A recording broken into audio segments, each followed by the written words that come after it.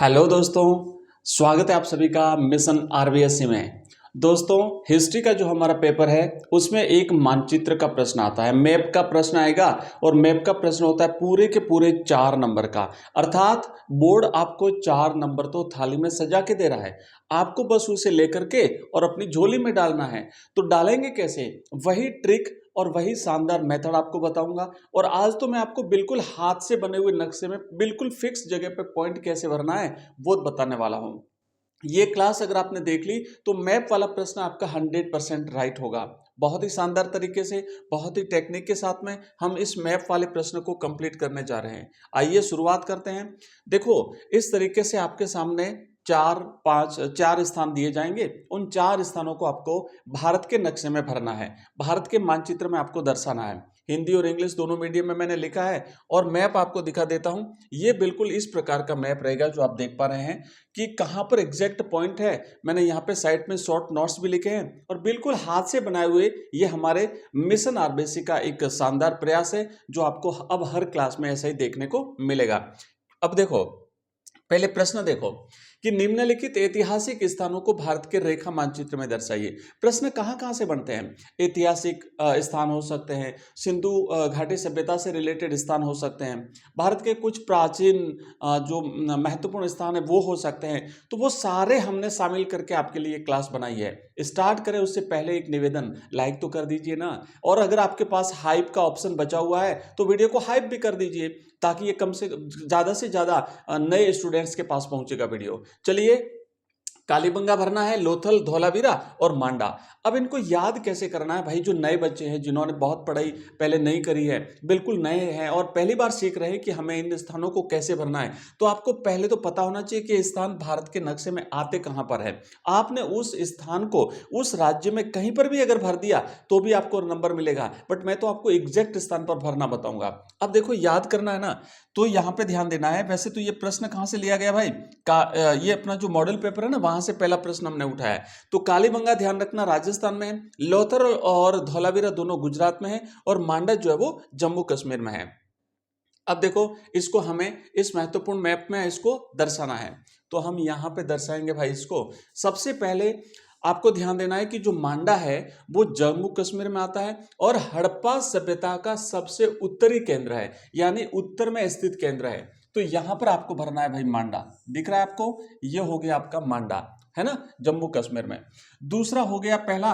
दूसरा है कालीबंगा, तो राजस्थान के हनुमानगढ़ जिले में है। तो देखो, ये हमारा राजस्थान है भाई, यहां से ये हमारा ये राजस्थान प्रदेश है। तो उसमें सबसे ऊपर उत्तर में यहाँ पे हनुमानगढ़ और उसके पास में गंगानगर जिला है। तो हनुमानगढ़ में पड़ता है कालीबंगा। कालीबंगा और पीलीबंगा दोनों कहाँ पे भाई? हनुमानगढ़ में। तो यहाँ पर आपको दर्शा देना है कालीबंगा। अब उसके बाद देखो, फिर ये हो गया आपका कालीबंगा। फिर तीसरा है हमारा लौथल। तो लौथल जो है वो गुजरात में है और ये एक प्रमुख बंदरगाह है। प्रश्न बनता है डॉकयार्ड, डॉकयार्ड या बंदरगाह कहाँ पे था? तो वो लौथल था गुजरात में। आप यहाँ पे भरेंगे ये वाला भाई, ये लौथल हो गया। देखो, ये गुजरात का ये समुद्री तट है ना, ये अरब सागर है। तो इस अरब सागर में यहाँ पे समुद्र तट के किनारे, भाई अरब सागर में समुद्र तट के किनारे बिल्कुल लौथल है। और इसी लौथल से पहले जो है वो उस तत्कालीन जो दूसरी सभ्यता थी उनके साथ व्यापार होता था। तो ये लौथल आपने गुजरात में दिखा देना है। और साथ ही साथ एक धौलावीरा और है, वो भी गुजरात में है। और ये धौलावीरा कच्छ के रण में है, ध्यान देना, ये कच्छ के रण में है। तो कच्छ का रण ऊपर पड़ता है थोड़ा, ये पाकिस्तान है यहाँ से, तो पाकिस्तान की साइड में यहाँ पर आपको धौलावीरा भरना है। और ये धौलावीरा अपने जल प्रबंधन के लिए जाना जाता है। तो इस तरीके से अगर आपने ये चारों स्थान इस तरीके से भर दिए तो बिल्कुल आपके एग्जैक्ट भाई, एक नंबर इसका, एक नंबर इसका, एक नंबर इसका, एक नंबर इसका, तो आपके हो गए 4 नंबर। कितने हो गए? 4 नंबर। इस तरीके से आपको कवर करना है। आइए आगे बढ़ते हैं। दूसरा प्रश्न, दूसरा प्रश्न क्या है दोस्तों कि निम्न ऐतिहासिक स्थलों को भारत के रेखा मानचित्र। एक बार फिर से हम ऐतिहासिक स्थल लेते हैं। इस बार कौन सा स्थल है भाई? बनावली, जो सिंधु घाटी सभ्यता से जुड़ा हुआ है, राखी गढ़ी, उसके बाद नागेश्वर और फिर मोहनजोदड़ो। ये फिर से जो है वो हमें भरने हैं। आपको याद होना चाहिए कि बनावली और राखी गढ़ी दोनों हरियाणा में है। उसके बाद नागेश्वर जो है ये गुजरात में समुद्र के तट पर है और मोहनजोदड़ो वर्तमान में पाकिस्तान में स्थित है। आइए इसे भारत के मानचित्र में हम दर्शाते हैं और पाकिस्तान वाला मानचित्र भी थोड़ा सा आपको दिमाग में रखना पड़ेगा। तो बात करते हैं सबसे पहले भाई बनावली, तो ये हरियाणा के हिसार जिले में है और राखीगढ़ी हरियाणा में है, जो भारत में सबसे बड़ा है। याद रखना, देखो विशेष है ना, इसलिए पूछा जाता है। राखीगढ़ी क्या है? सिंधु घाटी सभ्यता का भारत में स्थित सबसे बड़ा केंद्र, उत्खनन केंद्र है। तो अब देखो यहाँ पे आप देख पा रहे हो भाई, ये हरियाणा आपका, ये हरियाणा पड़ता है ना यहाँ पे, ये राजस्थान के बाद में यहाँ पे ये हरियाणा। तो इस हरियाणा में ऊपर तो है बनावली, ये ऊपर तो है बनावली और उसके जस्ट थोड़ा सा नीचे यहाँ पे देखोगे आप दक्षिण पूर्व में राखीगढ़ी है। तो ये आपके दोनों केंद्र हो गए। उसके बाद क्या भरना है? नागेश्वर, तो गुजरात तट में है और ये शंख बनाने का उद्योग था, यहाँ पे शंख बनाए जाते थे। तो यहाँ पे नागेश्वर देखेंगे भाई, ये देखो हमने यहाँ पे है ना जो भरा था अभी, उसके पास में जो है वो नागेश्वर बना हुआ है और शंख बनाए जाते थे, इस बात का ध्यान रखना है। ठीक है, तो यहाँ पे हमने देखो यहाँ लोथल भरा था, अभी थोड़ी देर पहले यहाँ पे लोथल भरा था और उसके जस्ट ऊपर जो है वो नागेश्वर है। अब बात रही हमारी मोहनजोदड़ो, जो पाकिस्तान के सिंध प्रांत में है। तो यहाँ पर जाएंगे, ये हमारा राजस्थान है भाई, देखो ये राजस्थान है और इस राजस्थान के बिल्कुल, ये राजस्थान की जो बाहरी बाउंड्री है, यहाँ पे बना हुआ है मोहनजोदड़ो, सिंधु नदी के किनारे मोहनजोदड़ो बना हुआ है। तो इस तरीके से आपको ये 4 ऑप्शन आपके भारत के मानचित्र में भरने हैं। आप एक नक्शा बना लीजिए, हाथ से बना लीजिए जैसे हमने इस तरीके से बनाया है और उसके बाद ये इनके स्थानों को भरिए। अभी एग्जाम में टाइम है तो एग्जैक्ट आप भर पाएंगे। अगला क्वेश्चन देखो, नेक्स्ट, निम्न ऐतिहासिक स्थानों को भारत के रेखा मानचित्र में भरना। एक पाटलिपुत्र, उज्जैनी, तक्षशिला और राजगीर। अब देखो पाटलिपुत्र और राजगीर ये दोनों जो है वो बिहार में है, उज्जैनी यानी उज्जैन मध्य प्रदेश में है और तक्षशिला वर्तमान पाकिस्तान में है। आइए इन स्थानों को भारत के मानचित्र में दर्शाते हैं। देखो पहला हमें क्या दर्शाना है? पहला हमें दर्शाना है भाई पाटलिपुत्र, बिहार में है और ये मौर्यकालीन राजधानी, मौर्यों की राजधानी है पाटलिपुत्र। तो यहां पर पाटलिपुत्र आता है भाई, देखो ये पाटलिपुत्र है, ये पाटलिपुत्र और यहीं पास में राजगीर है। तो पाटलिपुत्र और राजगीर दोनों जो है वो आपको यहाँ पे भर देना है। ठीक है, दोनों बिहार में है और राजगीर जो है ना, राजगीर या राजगृह, ये प्रारंभिक राजधानी थी मौर्य साम्राज्य की, मगध की प्रारंभिक राजधानी थी और बाद में पाटलिपुत्र को राजधानी बनाया गया था। तो बिल्कुल दोनों एक ही जगह पर पास पास में है। उसके बाद है उज्जैनी, जिसे हम उज्जैन भी कहते हैं। तो उज्जैन महाकालेश्वर कहाँ है भाई? व्यापारिक केंद्र है और मध्य प्रदेश में है। तो ये रहा उज्जैनी या उज्जैन, ये भारत के मध्य प्रदेश में। लास्ट में बचा है तक्षशिला, जो प्राचीन भारत का एक बहुत ही महत्वपूर्ण शिक्षा का केंद्र था, अभी वर्तमान में पाकिस्तान में है। इसे हम यहाँ पे दर्शाएंगे भाई। देखो यहाँ पे ये ऊपर वाला जो हिस्सा है भारत के जम्मू कश्मीर के पास वाला और हिमाचल प्रदेश के पास वाला स्थान, यहाँ पे आपको तक्षशिला दर्शाना है। ठीक है, हो गया, हो गया। अब देखो आगे बढ़ते भाई, हाँ आगे बढ़ेंगे। नेक्स्ट प्रश्न देखो, अब है हमारे पास एक बार फिर से हमें क्या दर्शाना है? हमें सांची, हमें दर्शाना है भाई सांची, हमें दर्शाना है अमरावती और नासिक और मास्की। सांची मध्य प्रदेश में रायसेन जिले में हमने देखा था, अमरावती आंध्र प्रदेश में है जो तहस नहस हो गया है, उसके बाद नासिक महाराष्ट्र में है और मास्की जो है वो कर्नाटक में। ये मॉडल पेपर में पूछा गया सवाल है। आइए एक बार फिर से इसको भी हम कंप्लीट भर लेते हैं। तो इसको अच्छी तरह से भारत के मानचित्र में आपको दर्शाना है। सबसे पहले अगर हम बात करें सांची की, तो सांची जो है ये मध्य प्रदेश में है और प्रसिद्ध बौद्ध स्तूप है, आपको याद होगा। तो ये देखो सांची यहाँ पे रहा, ये मध्य प्रदेश में सांची रहा।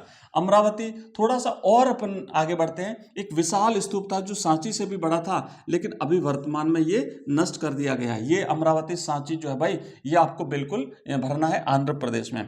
उसके बाद नासिक महाराष्ट्र में है, यहाँ पे आप नासिक भरेंगे और मास्की जो है वो कर्नाटक में है, तो यहाँ पर आपको मास्की भरना है। बिल्कुल एग्जैक्ट पोजीशन। यहाँ मास्के से भाई अशोक के शिलालेख मिले हैं और ये जो नासिक है ये प्राचीन बौद्ध गुफाएं यहाँ से प्राप्त हुई हैं।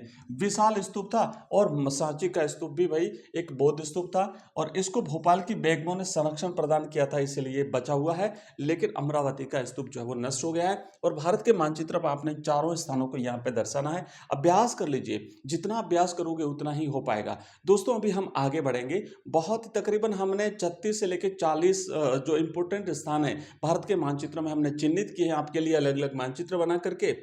साथ में साइड में जो है वो शॉर्ट नोट्स भी अवेलेबल करा दिए हैं। आप बेस्ट तैयारी कर पाओगे। निवेदन इतना है कि आप वीडियो को लाइक कर दीजिए, निवेदन इतना है कि आप वीडियो को हाइप कर दीजिए। भाई आपको फ्री में 3 हाइप मिलते हैं प्रति सप्ताह। अगर आपके पास ऑप्शन बचा हुआ है तो हाइप कर दीजिए, और जैसे ही आपके पास नया फिर से आता है उसको भी आप लगा दीजिए, हाइप कर दीजिए, ताकि वीडियो ज़्यादा से ज़्यादा दोस्तों के पास जाएगा। ये आपका हमारे प्रति एक सपोर्ट है आपका, बस इतना सा सपोर्ट आप हमें कर दीजिए। ठीक है, चलिए आगे बढ़ते हैं और नेक्स्ट प्रश्न की तरफ। अगला क्वेश्चन हमारा क्या है दोस्तों? अगला प्रश्न है कि हमें विजयनगर, बीजापुर, गोलकुंडा और चंद्रपुर, सबसे मोस्ट इंपोर्टेंट प्रश्न है। यहां से निश्चित रूप से आपकी परीक्षा में प्रश्न आएगा। विजयनगर और बीजापुर की बात करें तो अभी फिलहाल कर्नाटक में है, गोलकुंडा तेलंगाना आंध्र प्रदेश में, हैदराबाद में है, और तेलंगाना मतलब आंध्र प्रदेश से अलग हो गया तेलंगाना, हैदराबाद में स्थित है, और चंद्रगिरी जो है वो आंध्र प्रदेश में है। आइए देखते हैं इन स्थानों को, और आपके सामने बिल्कुल यहाँ पे देखो, ये आपके सामने यहाँ पे है। दक्षिण भारत के साम्राज्य है। सबसे पहले तो बात करते हैं हम विजयनगर की। भाई ये कर्नाटक में साम्राज्य की गौरवशाली राजधानी थी विजयनगर, साम्राज्य की राजधानी विजयनगर। उसके बाद में बीजापुर, तो बीजापुर जो है वो कर्नाटक में आदिल शाही सुल्तानों का केंद्र था। अब देखो विजयनगर, आप यहाँ पे देखो, ये विजयनगर है, इसको याद रखना है। अभी कर्नाटक में है, ये कर्नाटक राज्य है, और इस कर्नाटक में ये विजयनगर, विजयनगर के पास में ही ऊपर की तरफ देखते हैं ना, ये बीजापुर महाराष्ट्र में, यहाँ पे देखो बीजापुर, ठीक है, कर्नाटक में, बीजापुर महाराष्ट्र में नहीं, ये कर्नाटक में है। उसके बाद फिर आता है गोलकुंडा, तो भाई देखो यहाँ पे गोलकुंडा है, ठीक है, ये गोलकुंडा है, इधर बीजापुर, थोड़ा सा इधर गोलकुंडा, नीचे विजयनगर, और लास्ट में बचा है चंद्रगिरी, आंध्र प्रदेश में है। विजयनगर के बाद की राजधानी है चंद्रगिरी, इसको इंपॉर्टेंट है ध्यान रखना। आंध्र प्रदेश में मतलब ये तमिलनाडु नक्शा है पर थोड़ा सा आंध्र प्रदेश में है, ठीक है ना।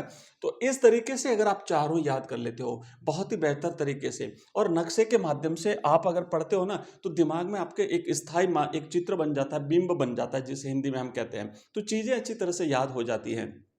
अब देखो आगे बढ़ते हैं, नेक्स्ट प्रश्न की तरफ बढ़ते हैं, और ये रहा हमारा अगला क्वेश्चन। क्या कहता है भाई, आपको 1857 की क्रांति के केंद्रों को भारत के मानचित्र में दर्शाना है। एक है मेरठ, जहां से क्रांति की शुरुआत हुई थी सबसे पहले भाई 10 मई 1857 को। उसके बाद फिर है कानपुर, फिर है लखनऊ, और फिर है झांसी। ये सभी क्रांति के केंद्र हैं, और ये चारों स्थान उत्तर प्रदेश में। इनको याद करने की ट्रिक हमने बनाई है कि यूपी के मेरठ से कान पकड़ करके लखनऊ के नवाब झांसी गए, मतलब ऐसे याद करोगे कि आपको ये सभी उत्तर प्रदेश में ऐसे याद रहेगा। चलो याद, इसको भरते हैं अपन भारत के मानचित्र में। सबसे पहले हम भरेंगे भाई मेरठ को भरेंगे, तो ये रहा आपका मेरठ, ये है उत्तर प्रदेश में, और क्रांति का प्रारंभ 1857 की क्रांति का प्रारंभ यहीं से हुआ था। तो ये उत्तर प्रदेश का जो नक्शा आप देख रहे हो भाई, ये उत्तर प्रदेश का नक्शा है ना, ये उत्तर प्रदेश का आपको मानचित्र में दिखा रहा हूं, और इस उत्तर प्रदेश के मानचित्र में ऊपर की तरफ आपको भरना मेरठ, ठीक है, यहाँ पे आपको भरना मेरठ। और उसके बाद फिर आप आता है कानपुर, भाई नाना साहब ने यहीं से नेतृत्व किया था, तो ये कानपुर आता है आपका यहाँ पे, मेरठ के जस्ट थोड़ा सा नीचे उतरेंगे तो आपको कानपुर भरना है। उसके बाद फिर आता है लखनऊ, भाई उत्तर प्रदेश है, बेगम हजरत महल ने यहाँ से क्रांति का नेतृत्व किया था, यहाँ पे शासन किया था, ये लखनऊ हो गया। और फिर आता है झांसी, जहां से रानी लक्ष्मीबाई ने वीरता से लड़ा था और यहाँ पे शासन किया था भाई उत्तर प्रदेश में, तो यहाँ पे ये रहा झांसी, है ना, ये झांसी है ये। तो ऊपर मेरठ, मेरठ के बाद कानपुर, कानपुर के पूर्व में लखनऊ, लखनऊ से फिर नीचे आते हैं तो झांसी। ये चारों स्थान आपको भारत के मानचित्र में अच्छी तरह से दर्शा देने हैं। हम चाहे तो एक इसका थोड़ा सा उत्तर भारत का एक नक्शा अलग से बनाए जो थोड़ा सा विस्तृत आपको मिलेगा।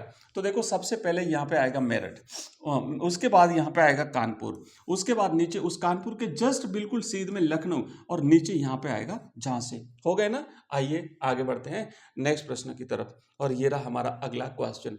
क्या कहा गया है कि 1857 के केंद्रों को एक बार फिर से भारत के मानचित्र में दर्शाना है। भाई दिल्ली है, अंबाला है, ग्वालियर है और कलकत्ता है। दिल्ली एक केंद्र शासित प्रदेश है, अंबाला जो हरियाणा में है, मॉडल पेपर से लिया गया प्रश्न है, ग्वालियर ये मध्य प्रदेश में है, और कलकत्ता पश्चिम बंगाल में है। इनको भारत के मानचित्र में हम इस प्रकार दर्शाएंगे। सबसे पहले बात करते हैं भाई अंबाला की, जो एक गैरिसन नगर है, ज्योग्राफी में आप लोगों ने याद किया होगा। ये एक प्रमुख छावनी नगर है और ये हरियाणा में है। तो यहाँ पे देखो, ये हरियाणा में यहाँ पे अंबाला है और यहाँ जगह कम है, तो आप ऐसे एरो बना करके, ऐसे एरो बना करके और यहाँ पे लिख दोगे अंबाला, एग्जामिनर को पक्का पता चल जाएगा कि बिल्कुल आपने कहाँ लिखा है।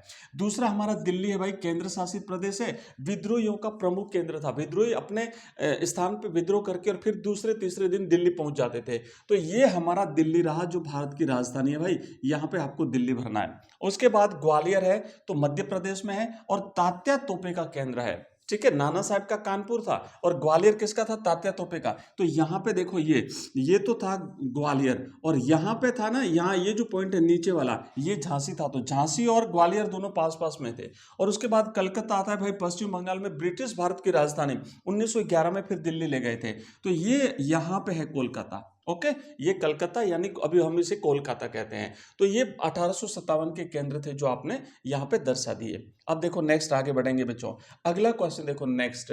और हम चारों चार 8 महत्वपूर्ण स्थान और ले लेते हैं ताकि कोई भी प्रश्न हमारा इससे पार नहीं जाएगा। मैं आपको विश्वास के साथ बताता हूं कि आप लोगों ने देखा होगा ना हमारे मानचित्र, ज्योग्राफी में क्या हमारे क्लास से बाहर आया? नहीं आया। इसी तरीके से पॉलिटिकल साइंस में हमने जो राजनीतिक मानचित्र बताया था, बिल्कुल कवर हुआ ना। तो सेम इसी टाइप से हमारा ये मानचित्र आपका 100% कवर होगा। बस आप पढ़ते रहिए, ज़्यादा से ज़्यादा वीडियो को दोस्तों के साथ शेयर कीजिए और आगे कौन सा टॉपिक चाहिए मुझे कमेंट बॉक्स में लिख देना, क्योंकि मैं आपके कमेंट्स को पढ़ता हूं और फिर मैं आपके कमेंट्स को रिप्लाई भी देता हूं और आपके कमेंट्स के आधार पर मैं अगली क्लास आपके लिए लाता हूं। तो अब हम यहाँ पे भरेंगे राष्ट्रीय आंदोलन के प्रमुख केंद्र। एक है भाई चंपारण, दूसरा चौरी चौरा, तीसरा अमृतसर और चौथा है दांडी। चंपारण कहां पर है? वर्तमान में बिहार में है। चौरी चौरा कहां पर है? ये भी बिहार में है। गोरखपुर में आपको याद होगा चौरी चौरा कांड हुआ था, जिससे गांधी जी ने असहयोग आंदोलन 1921 में वापस ले लिया था। अमृतसर कहां पर है भाई? पंजाब में है। और दांडी गुजरात में है, जहां पर गांधी जी ने अपनी दांडी मार्च यात्रा साबरमती आश्रम से दांडी तक की थी और दांडी जाकर के गांधी जी ने समुद्र किनारे चुटकी भर नमक बनाया था और उससे इन्होंने नमक कानून को तोड़ा था। तो इस तरीके से ये हमें महत्वपूर्ण स्थानों को भारत के मानचित्र में दर्शाना है। आओ भाई शुरू करते हैं। और ये रहा आपका भारत का मानचित्र। सबसे पहले हम दर्शाएंगे अमृतसर, ये पंजाब में है भाई। जलियांवाला बाग हत्याकांड हुआ था, आपको याद होगा। तो ये हमारा पंजाब का अमृतसर हो गया भाई, ये हमारा पंजाब का अमृतसर हो गया। ठीक है, उसके बाद कौन सा है? चौरी चौरा उत्तर प्रदेश में भाई। असहयोग आंदोलन स्थगित हुआ था क्योंकि यहाँ पर एक पुलिस थाने को लोगों ने घेर करके उसमें आग लगा दी थी। तो उत्तर प्रदेश में ये रहा चौरी चौरा। उसके बाद क्या है भाई? चंपारण। आपको याद है गांधी जी ने यहाँ पे चंपारण आंदोलन किया था, जो बिहार में पड़ता है। गांधी जी का पहला सत्याग्रह जो गांधी जी ने जीता था, तो ये बिहार में चंपारण रहा भाई। उसके बाद क्या है? दांडी है। तो दांडी कहाँ पर है? ये गुजरात में है, जहां पे गांधी जी ने नमक कानून तोड़ा था, मैंने बता दिया आपको। तो ये गुजरात में दांडी, देखो यहां पर, ये आपको केंद्र भर देना है। ठीक है, एग्जैक्ट याद कर लीजिए। आप चाहो तो इसका स्क्रीनशॉट ले लीजिए, लेकिन क्लास को लाइक करना और क्लास को हाइप करना बिल्कुल भी नहीं भूलना है भाई आप लोगों को। चलिए अगला प्रश्न, और ये हमारा अंतिम प्रश्न है। क्या है आपको भरना है? इसमें आपको राष्ट्रीय आंदोलन के केंद्र भारत के मानचित्र में भरना है। एक है आपका खेड़ा, भाई खेड़ा भी कहां है? गुजरात में है। दूसरा है आपका अहमदाबाद, गुजरात में। लाहौर जो भी पाकिस्तान में है, और बंबई जो भी महाराष्ट्र में है। आइए इन स्थानों को भारत के मानचित्र में दर्शा देते हैं दोस्तों। बिल्कुल एग्जैक्ट पॉइंट के साथ हम आपको बताएंगे। देखो सबसे पहले पॉइंट नंबर 1 हमारा खेड़ा भरना है हमें। आपको याद है ना, खेड़ा गुजरात में जहां पे किसान आंदोलन हुआ था। ठीक है, तो ये अब यहाँ पे है ना, ये खेड़ा है, देखो ये यहाँ पे ये खेड़ा हो गया। उसके बाद अहमदाबाद, खेड़ा से थोड़ा सा ऊपर ये अहमदाबाद हो गया। उसके बाद फिर लाहौर जो पाकिस्तान में पड़ता है। और इसी लाहौर अधिवेशन में 1929 में कांग्रेस ने पूर्ण स्वराज का नारा दिया था। यही लाहौर जो अभी यहाँ पे पड़ता, मतलब थोड़ा सा पाकिस्तान में पता ना, ये भारत में कर दिया, पाकिस्तान में यहाँ पर लाहौर हो गया। उसके बाद फिर बंबई है भाई, जो महाराष्ट्र में है। भारत छोड़ो आंदोलन की शुरुआत 1942 में यहीं से हुई थी। तो ये बंबई आपको यहाँ पे भर देना है भाई, महाराष्ट्र में, समुद्र तट के किनारे। तो इस तरीके से आपने देखा कि मिशन आरबीएससी ने मानचित्र वाला आपका जो प्रश्न था उसे 100% कवर कर लिया है। इससे बाहर बिल्कुल भी नहीं जाएगा। फिर भी अगर हम देखेंगे कि कोई कुछ स्थान और महत्वपूर्ण स्थान अगर छूट गए हैं, तो मैं एक और क्लास आपके लिए लाऊंगा। बिल्कुल आप उस क्लास को भी देख लेना। और कौन सा टॉपिक चाहिए मुझे कमेंट बॉक्स में लिखना। वीडियो को लाइक करना है, हाइप करना है, दोस्तों के साथ शेयर करना है। चैनल को अगर आपने अभी तक सब्सक्राइब नहीं किया तो प्लीज कर दीजिएगा। कैसी लगी क्लास मुझे जरूर बताइए, आपके कमेंट्स का वेट करूंगा। और फिर मिलते हैं अगली क्लास में, तब तक आप पढ़ते रहिए, आगे बढ़ते रहिए। धन्यवाद।